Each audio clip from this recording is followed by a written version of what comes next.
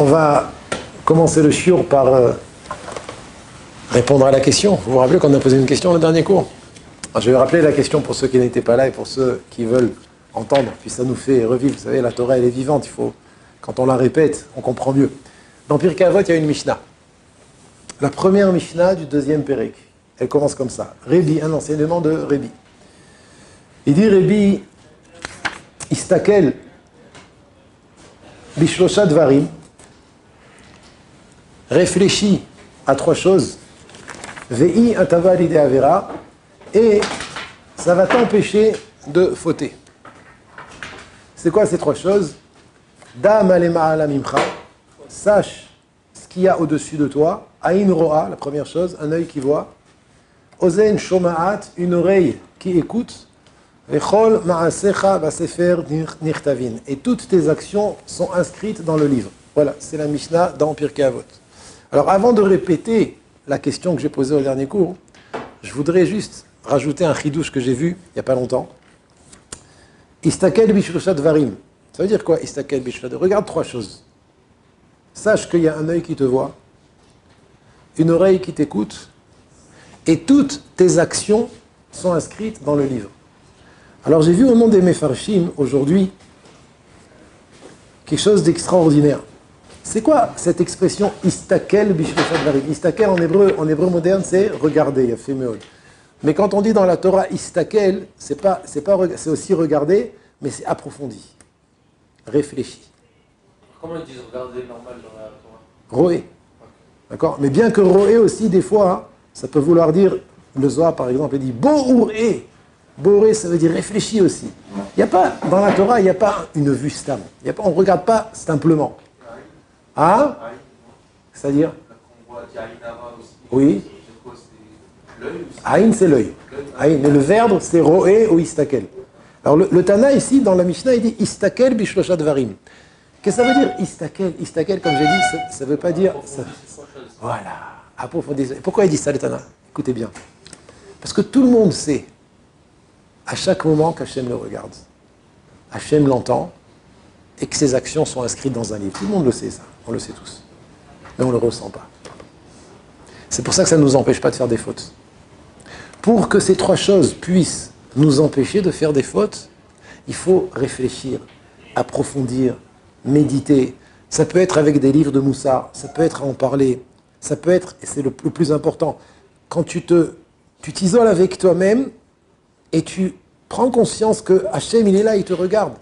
Hachem, il t'entend. Il n'y a pas une parole qui n'est pas entendue par Hachem. Il n'y a pas une action qui n'est pas vue par Hachem.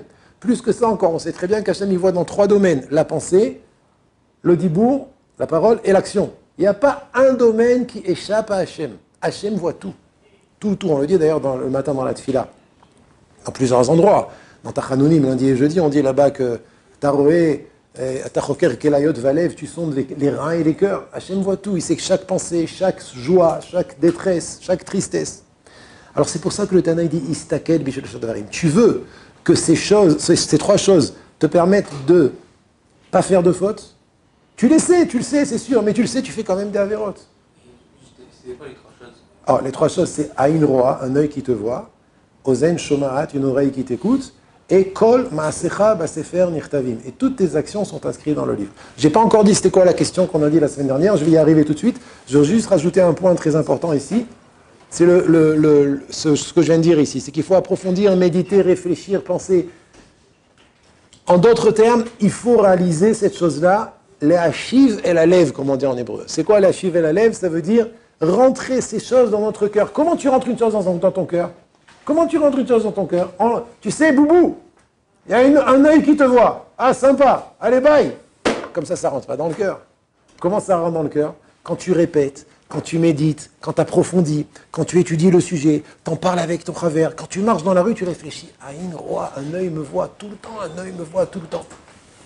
Extraordinaire. Donc c'est ça, Istakel. Nissim, t'entends? Istakel, ça approfondit. C'est fort, non? Et si, Béhémet, tu fais ce travail, si tu y réfléchis tout le temps, tu y penses tout le temps, tu approfondis, tu médites, tu étudies les choses qui parlent de ça, dans la joie, Rabotaï, sans stress, hein, dans la joie, détente. Attends une seconde. Alors, écoute bien, qu'est-ce qui va se passer? Il dit le Tana, Iataba l'idée avera. Ça va t'empêcher de faire de Averot. Pas seulement une connaissance sichlite intellectuelle. On sait tous que Dieu nous regarde. Il y a une histoire terrible, Rabotai. Une histoire terrible. Une histoire terrible. Bon, quand j'ai lu cette histoire, j'ai les larmes aux yeux. Cette histoire se trouve dans ma Masechet Brachot, Dav Kafret Amoudbet, 28b. Là-bas, il y a marqué, je vous dis dans mes mots, et je raccourcis l'histoire. Rabban Yochanan ben Zakkai. Rabban Yochanan ben Zakkai, c'est un élève de Hillel. C'était un Tana Kadosh. Le jour de sa mort, il a réuni ses élèves. Et ils l'ont vu pleurer, avant de partir. Alors ils l'ont dit, notre maître, pourquoi tu pleures? Il dit, parce que je vais quitter ce monde. Rabbi Yochanan ben Zakkai. Et je ne sais pas où on va m'amener. Regardez la Gemara, elle est extraordinaire. Mais à la fin de l'histoire, quand il y a eu une petite discussion entre les élèves et le Rav, à la fin de l'histoire, les élèves demandent au Rav, Rabbeinu barchenu, bénis-nous avant de partir. Et écoutez la bracha qu'elle leur donne. Ne vous évanouissez pas quand je vais vous dire la bracha qu'elle leur donne. Moi, la première fois que j'ai vu le texte, j'ai dit qu'il y a une erreur. J'ai vérifié, non, il n'y a pas d'erreur. Alors j'ai failli m'évanouir. Après, j'ai compris la profondeur, la puissance de cet enseignement. Écoutez la bracha qu'elle leur donne. Maintenant, les élèves de Rabban Yochanan ben Zakkai, c'est les élèves de Rabban ben Zakkai. Même eux, c'est des Tanaïm Kedoshim. Il leur a dit comme ça. Yehi Ratson, Sheye Mora Shamaim Alechem, Kemora Basar Vadam. Yehi Ratson, que vous ayez la crainte du ciel comme vous avez peur des hommes. Ah, tu vois, il a failli s'évanouir. Atem Shomim Rabotai. Un Tana Kadosh, élève de Hillel Azaken, Pachad Pradim, on sait qui c'est Hillel, on sait qui c'est ses élèves. Et lui, il transmet à ses élèves le jour de sa mort, Yehi Ratson, que Dieu fasse que vous ayez peur d'Hachem, comme vous avez peur des hommes. Alors les élèves lui ont dit, Rabbeinu Adkan, c'est ça la bracha que tu nous donnes. Qu'on ait peur d'Hachem, comme on doit avoir peur d'Hachem. Qu'on ait peur d'Hachem, comme on a peur des hommes. Qu'est-ce qu'il leur a répondu? Alvaï. Alvaï que vous ayez peur d'Hachem comme vous avez peur des hommes. Parce qu'un homme, il se cache pour faire une avéra. Et il sait très bien qu'Hachem le voit. Il sait très bien qu'Hachem le voit. Qu'est-ce que ça veut dire? Ça veut dire que, c'est ce qu'il dit ici le Tana, si on veut que la présence d'Hachem nous aide à ne pas faire des avérotes, alors ça ne suffit pas de savoir qu'il y a un œil qui nous voit, une oreille qui nous écoute, et que toutes nos actions... Est-ce que quelqu'un ne croit pas ici que vos actions ne sont pas écrites dans le livre? Est-ce que vous n'êtes pas d'accord qu'à Rosh Hashanah, on ouvre le livre et on regarde toutes les actions qu'on a faites durant l'année? Quelqu'un n'y croit pas? Va dire que tous les juifs du monde y croient. Même ceux qui disent qu'ils n'y croient pas, c'est des menteurs. Tout le monde y croit. Tout le monde sait que la vie, c'est pas Efker. Tout le monde sait que la vie, on enregistre toutes les paroles que tu dis, toutes les actions que tu fais, toutes les pensées que tu penses. Alors pourquoi on continue à faire des avérotes? Efker, c'est l'abandon. Efker, c'est on fait ce qu'on veut. Comme je dis toujours, on est comme des poissons dans la mer. Attends, les poissons dans la mer, ils vont à droite, ils vont à gauche, ils voient un rocher, ça va. On n'est pas des poissons. On sait, chaque pas, il est important, chaque vue, elle est importante, chaque parole, elle est importante, chaque action, elle est importante. La question, elle est si on sait très bien, comme il dit Rabban Yochanan ben Zakkai à ses élèves, Yehi Ratson, que vous ayez peur d'Hachem comme vous avez peur des hommes. Alors pourquoi ça ne nous aide pas? La réponse, c'est parce qu'on n'est pas mistaklim, on ne réfléchit pas assez sur ces trois points-là. C'est une des réponses. Une des réponses. Istakel, c'est pour ça que le Tana dit Istakel bishloshat varim. Médite, réfléchis, approfondis, et grâce à ça, tu auras un bouclier devant la Havera. Ça a été une petite introduction au shiur d'aujourd'hui. Maintenant, je vais reposer la question qu'on a dit la semaine dernière. Quelqu'un se rappelle de la question? Allez, on va voir si quelqu'un... Ah oui, tu te rappelles de la question? Oh là là. Avec le salaire, pourquoi d'un côté on nous dit que celui qui fait une mitzvah, il a un salaire, et là on parle de quelqu'un qui est assis sur un banc et il aura le même salaire. Ça, il a fait très très bien, je suis d'accord, magnifique. On a répondu à cette question, mais dans le cours, on avait posé une question qu'on n'a pas répondu encore. Sur cette Mishnah-là, c'est pour ça que je l'ai ramenée aujourd'hui. Est-ce que quelqu'un se rappelle de la question? Une Kushia à Tsuma Rabotai, et je suis très content. J'ai lu la Kushia le jour du cours, et j'ai cherché après, et j'ai trouvé qu'on pose la question. C'est pourquoi on dit le qui entend et qui... Chazak, magnifique. Écoutez la question comme elle est belle. Allez, kiffez. Allez. Parce que vous savez que dans l'étude de la Torah, le plus grand plaisir, c'est des couchiottes. Maintenant, quand il y a une bonne réponse, c'est encore un plus grand plaisir. Mais la Kushia en soi, la question, Kushia c'est une question. La question, t'entends Benjamin? Kushia, c'est une question. La question en soi, c'est déjà un plaisir. Pourquoi? Parce que ça ouvre l'esprit, ça interpelle. Waouh! Écoutez la question. T'écoutes, Noam? La Mishnah, elle dit Istakel bishlosha dvarim. Regarde 3 choses et ça va t'amener à ne pas faire d'avera. C'est quoi ces 3 choses? Aïn roa, un œil qui voit. Ozen shomaat, une oreille qui entend. Vechol ma'asecha basefer nirtavim. Et toutes tes actions sont inscrites dans le livre. Écoutez la question. Si toutes tes actions sont inscrites dans le livre, la 3e chose. Alors c'est pas la peine de me dire Aïn roa ozen shomaat. Si tout ce que je fais, ce que je pense, ce que je dis, tu te rappelles, c'est marqué dans le livre. Ça veut dire qu'il n'y a rien qui est abandonné. Il n'y a pas de FKR. Il n'y a rien qui est abandonné. Rien. Et même si maintenant tu ne payes pas, ou tu n'es pas récompensé, va venir le temps où tu seras ou payé ou récompensé. Où tu devras payer ou être récompensé. Alors, la question elle est, si c'est marqué, Kol, Ma'asecha Basefer Nirtavim, c'était pas la peine de me dire, il y a un œil qui voit, une oreille qui entend.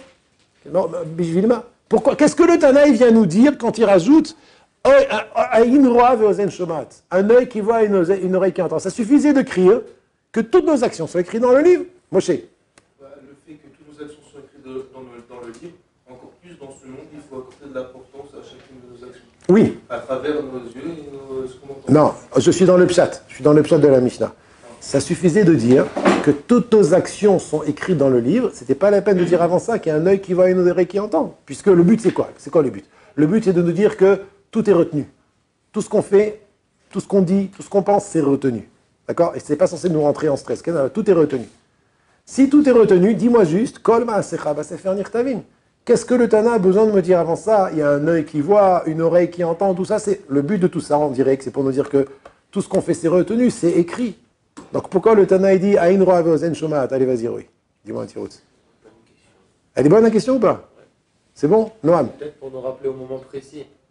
On sait que tout est écrit, mais si on sait que pendant qu'on fait l'action, on nous voit et on nous entend, pas seulement c'est écrit, peut-être que ça nous forcera à dire ah là je veux faire, du coup on regarde, du coup je fais pas. Mais c'est quoi ces Marseillais là? C'est des bombes atomiques. Il n'y a pas qu'au foot qui sont bons les Marseillais, c'est extraordinaire. Et à la contrée. Tu te rapproches. Est-ce que quelqu'un veut proposer une autre réponse? Avis? C'est peut-être un peu trop abstrait de dire que tout est écrit juste dans le livre. Donc on a besoin de quelque chose de plus tangible, quelque chose qui nous parle, quoi. Un œil qui nous voit, une oreille qui nous entend. Alors, c'est nifla ce que tu dis, toi aussi tu te rapproches, mais je pense que de dire que tout ce qu'on fait est inscrit dans le livre, c'est très concret. Mais tu te rapproches quand même, ouais. Noam? Ça a peut-être un rapport avec l'histoire que vous avez ramenée, pour dire que, en fait, quand il y a un œil qui nous voit, une oreille qui nous entend, c'est sous l'image d'un homme. Ça veut dire comme autant qu'on crée les hommes, Il y a fait mode. Qui nous voit, l'oreille qui entend, c'est pour transformer ce truc spirituel à quelque chose de plus réel. Magnifique, ça rejoint un petit peu ce qu'il dit à vie, quelque chose de plus concret. Ouais, vous vous rapprochez. Moi plus un œil et une oreille. Magnifique, vous vous rapprochez, mais il vous manque l'essentiel. Mais vous vous rapprochez, tous les 3 là, vous avez dit, vous avez fait, vous êtes avancé vers la réponse que j'ai trouvée, il y en a peut-être d'autres, hein. Mais il vous manque le Icar. L'essentiel, c'est quoi? Quelqu'un a levé le doigt, non? T'as voulu proposer quelque chose, non? C'est bon? Alors regardez bien, écoutez bien. Bezrat Hashem. S'il y avait marqué uniquement Kol ma'asecha basefer nirtavim, je suis très content de ta réponse, oui. Alors on nous aurait dit, bon, à la fin, on devra payer, donner le compte, être récompensé, puisque toutes nos actions sont retenues. En soi, c'est une idée extraordinaire, hein. D'un côté, ça fait très peur, mais d'un autre côté, c'est génial. C'est merveilleux. J'ai toujours rêvé d'être acteur dans ma vie. Mais tu rigoles ou quoi? Mais les acteurs, c'est des rigolos à côté de toi. Eux, ils sont sur scène que quelques heures dans leur vie. Toi, t'es toujours sur la scène. Du matin au soir. Les projecteurs sur toi. Ça veut dire que notre vie, elle a une importance extraordinaire, suprême. Et pas seulement ce qu'on fait. Encore les acteurs, pendant qu'ils jouent, ils peuvent penser ce qu'ils veulent. Mais imagine-toi ce que tu fais, ce que tu dis, ce que tu penses, ce que tu ressens. Tout est contrôlé, vu, inscrit, souvenu. Non. S'il y avait marqué, je réponds, s'il y avait marqué seulement Kol ma'asecha basefer nirtavim, alors on aurait dit, comme je viens de dire, c'est-à-dire à la fin je verrai le film, à la fin on verra à la fin. Regarde, il faut que tu comprennes. Aïn roa ve'ozen shomaat. il y a un œil qui te voit et une oreille qui entend. C'est-à-dire, tu dois vivre de sorte que tu ressentes à chaque moment la présence d'Hachem. C'est vrai, c'est plus concret, mais ce n'est pas un homme. La présence d'Hachem, ça veut dire, Rabotai, vous allez me dire, attends, alors là, on verra dans 70 ans, mais pas maintenant. Vivre avec la présence d'Hachem. Oui, monsieur, sache que, voilà, je te regarde, je suis là. Aïn roa ozen shomat. Ça veut dire, c'est pas seulement comme il a dit Roï, c'est toi qui étais le plus proche. À la fin, au moment où tu vas devoir donner les comptes, puisqu'on est tous venus dans ce monde pour une mission, donc il va falloir donner les comptes. Alors, on verra, on ouvrira le livre à la fin. Non! Pendant que tu vis, sache qu'Hachem est présent. Il n'a pas d'œil, il n'a pas d'oreille, c'est vrai. Mais il voit, il entend. Donc, quand il y a marqué, écoutez bien maintenant ce que je vais vous dire, c'est en partie tiré de Rabbeinu Yonah, c'est un Rishon. Quand il y a marqué Aïn roa ve'ozen shomat, c'est pas seulement pour que tu réalises que tes actions, elles sont importantes, mais c'est pour que tu saches que tu te tiens 24 heures sur 24 devant Hachem. Attache bien. Maintenant, t'entends Lémi? Maintenant, on va poser la question, est-ce que c'est quelque chose qui est d'un haut niveau? C'est très, très haut niveau, très, très haut niveau. On dit que les Avot HaKadoshim, Avraham, Yitzhak et Yaakov, ils ont été Zochim, ils ont eu le mérite d'être Avraham, Yitzhak et Yaakov parce qu'ils faisaient cette mitzvah, Beshlimut, Me'achuz. Avraham, Yitzhak et Yaakov, ils avaient un point commun. C'est quoi le point commun qu'ils avaient les trois? Pourquoi ils ont été choisis? Parce qu'ils avaient toujours le sentiment qu'ils étaient devant Hachem. Excellente question. Excellente question, magnifique. Surtout, magnifique. Dans les versets, c'est abstrait comme il a dit à vie. Sur Akash Bromem, on n'a que de l'abstrait sur lui. Magnifique. Dieu c'est la miséricorde, Dieu c'est la rigueur, etc. Mais l'entrevoir dans la vie en général, il faut atteindre des niveaux qui sont... Je suis très content que tu aies posé cette question. J'adore la question. Tu l'as très bien posée en plus. Sache une chose. C'est qu'Hachem attend de chaque personne ce qu'il peut arriver à faire et arriver à comprendre. Il n'attend pas de toi, aujourd'hui, ce que tu pourras comprendre dans 40 ans. Mais il attend de toi aujourd'hui quelque chose. Alors la première chose que tu peux faire, c'est prier pour ça. Adresse-toi à lui et dis-lui, mais avec le sourire, pas en stress. Papa, je veux te connaître. Donne-moi cette capacité de pouvoir ressentir que tu me regardes tout le temps. Et j'y crois et je le sais. Et j'y crois et je le sais. Ils ont entendu la question. Tu crois? La question qu'il a posée, mon ami Shmuel, c'est quelque chose d'infini. C'est un très haut niveau. Et j'ai répondu, comme vous venez d'entendre, que Béhémet, il y a différents niveaux. On ne te demande pas d'arriver aujourd'hui à ce que tu vas pouvoir arriver dans 40 ans, après 40 années d'études. Mais aujourd'hui, déjà, on te demande. Et Rabotai, maintenant, je vais vous dévoiler un secret. Vous connaissez le premier paragraphe. Attendez. Quel est le livre que tous les Juifs doivent suivre? La Torah. Mais c'est quoi le livre le code? Les lois. Shulchan Aruch. Le premier livre, le livre on va dire le mode d'emploi de la vie, c'est le Shulchan Aruch. Voilà, il est là. Je l'ai pris. Je l'ouvre à la première page. Quelle est la première halakha qui dit? Le Rama. Le Rama, c'est un commentateur sur le Shulchan Aruch. Ça veut dire le Shulchan Aruch. Et juste après, qu'est-ce qu'il dit? C'est quoi la première halakha? Écoutez bien. Vous voulez écouter ou pas? C'est quoi la première halakha? La première halakha du Shulchan Aruch, dans Seif Aleph, Siman Aleph, Orachaim. Orachaim, Aleph, Aleph. Ça veut dire c'est le début du début.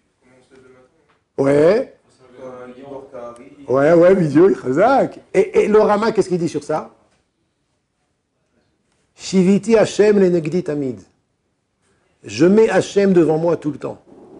Ou klal gadol batorah, c'est une grande règle dans la Torah. Ou bema'alot atzadikim. Et dans les niveaux des tzadikim, ça veut dire quoi? Toute différence entre tzadik et tzadik, c'est combien il vit avec Hachem. Combien il met Hachem en face de lui. Combien il ressent que Hachem le voit, Hachem l'entend. C'est pour ça qu'il y a marqué, et ça dans le premier séif, il y a marqué Shiviti Hachem Enegditim. Donc tu vois Shmuel, un juif qui commence à vivre comme un juif, il ouvre le Shulchan Aruch. Et dès le début, qu'est-ce qu'on lui dit? Oh, tu vis devant Hachem. Aïn roa ozen shomat. Vadaï, encore une fois, Rabotai, c'est un enseignement, c'est un principe qui doit nous amener à la simcha, pas au stress. D'accord? La joie et l'épanouissement, la responsabilité et vouloir avancer, à s'élever, devenir un homme. Mais se rappeler que Hachem est toujours présent, Hachem voit tout, Hachem entend tout. Et tout ça, c'est pour notre bien. Tout ça, c'est pour notre bien. Alors, je vous souhaite arbe arbe atzlacha.